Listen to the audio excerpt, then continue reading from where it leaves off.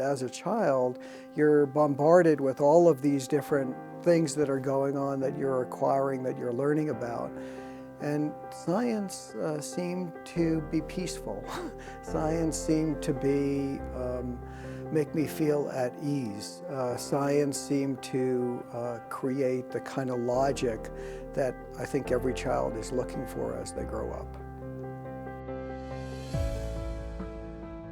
I would describe Dr. Schwartz as someone who is intellectually enormously talented, an unbelievable hard worker. The epitome of the physician-scientist who goes back to basic science, asks the right questions that apply to human disease with implications for understanding human disease, but also for the advancement of new therapies. Very early in my childhood, I realized that medicine and science were a big passion of mine. And the reason that I was so turned on or excited by medicine at an early age, at 3 or 4 years of age, is because I was born with club feet.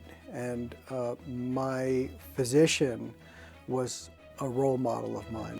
It was very clear to me that having that problem early in my life ended up creating opportunities for me later on in my life, and ended up creating lessons for me that I've carried on throughout my life.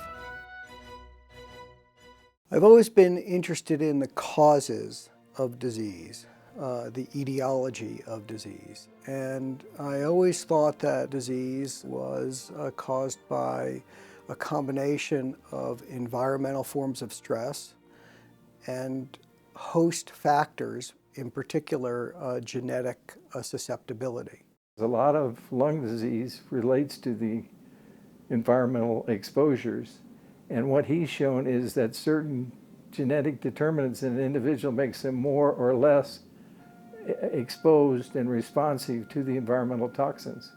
And the lung provides one of the most intimate interactions between the host and the environment, and provides a surface area the size of a tennis court. So as I began to think about ways in which I could study how the environment was affecting the host, the lung became the obvious organ to focus on.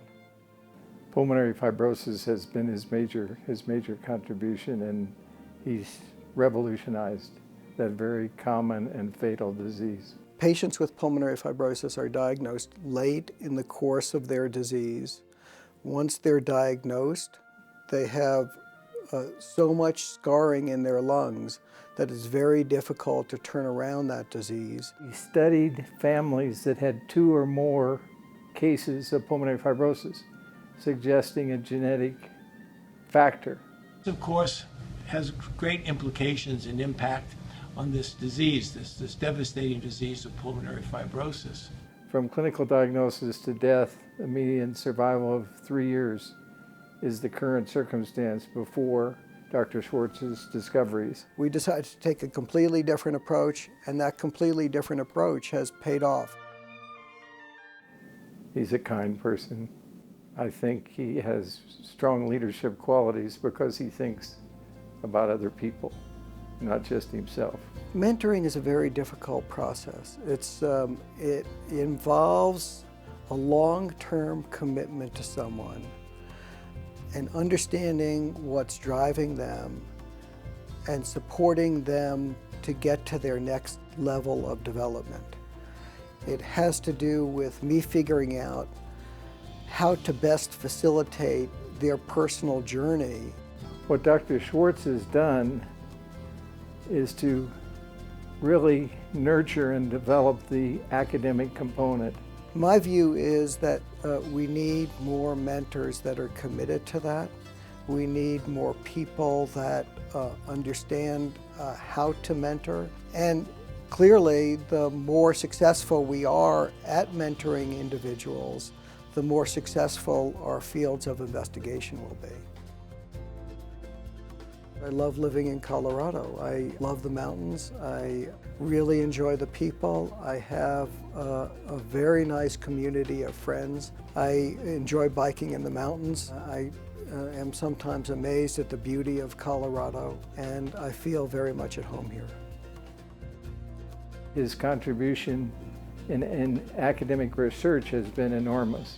A leader in so many fields, in asthma, in lung diseases, in infection, a role model for many of us. I would hope that people would consider me to be one of the mentors, one of the educators, an individual that really helped move the next generation into science that isn't even imaginable currently.